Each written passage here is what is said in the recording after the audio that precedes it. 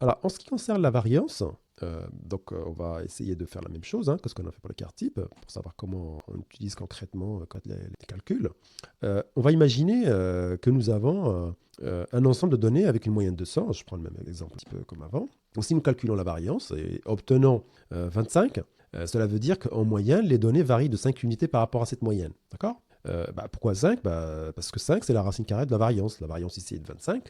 On a vu que la variance est sigma au carré, l'écart type au carré. Donc, on peut partir de la variance pour calculer rapidement l'écart type. D'accord? En fait, l'écart type, comme il est directement comparable à la donnée d'origine, j'ai déjà dit ça auparavant, de la même unité, ça rend son interprétation plus simple, plus intuitive que celle de la variance. D'accord? Parce que la variance, je n'ai pas la même unité. Si je mesure des tailles de personnes, par exemple en centimètres, la variance, elle va être exprimée en centimètres carrés. Alors que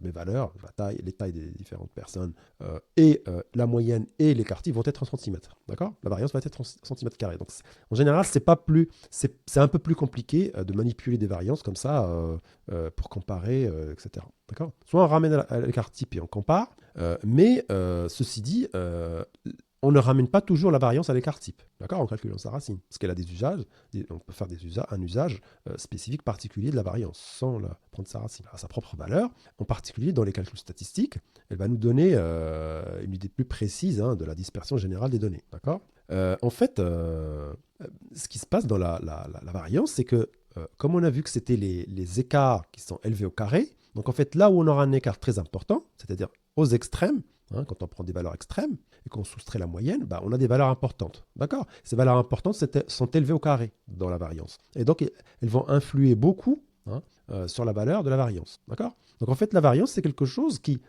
précise la dispersion générale, mais elle met en lumière l'impact des valeurs extrêmes. Un peu plus que l'écart type. Donc, c'est ça l'intérêt de la variance. D'accord? Elle accentue l'effet des grandes différences. C'est-à-dire, j'ai des points extrêmes, soit à gauche de la moyenne, soit à droite, des valeurs faibles ou des valeurs très fortes.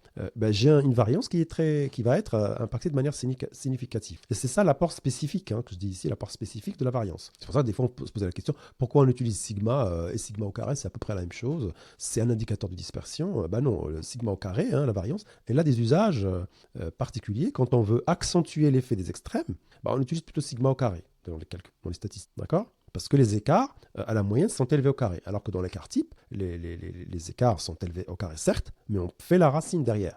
D'accord? Quand on fait la racine, plus ou moins on annule cet effet carré, effet d'élevé au carré. Voilà, je vous rappelle, c'est dans cette vue, ici, les extrêmes vont être ici élevés au carré, alors qu'ici, même si on a ici une somme, on a une racine qui va atténuer l'effet des extrêmes. D'accord? Donc retenez que la variance, c'est quelque chose que j'utilise quand je veux mettre en évidence l'impact des valeurs extrêmes.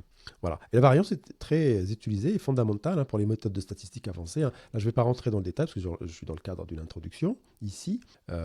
Donc, des statistiques avancées qui vont inclure ce qu'on appelle l'ANOVA ou l'analyse de variance et dans l'étude de corrélation, donc les relations entre variables, etc. Voilà. Donc, vous voyez que la variance est un concept statistique qui est important et indispensable pour maîtriser il est indispensable à maîtriser pour savoir interpréter nos données.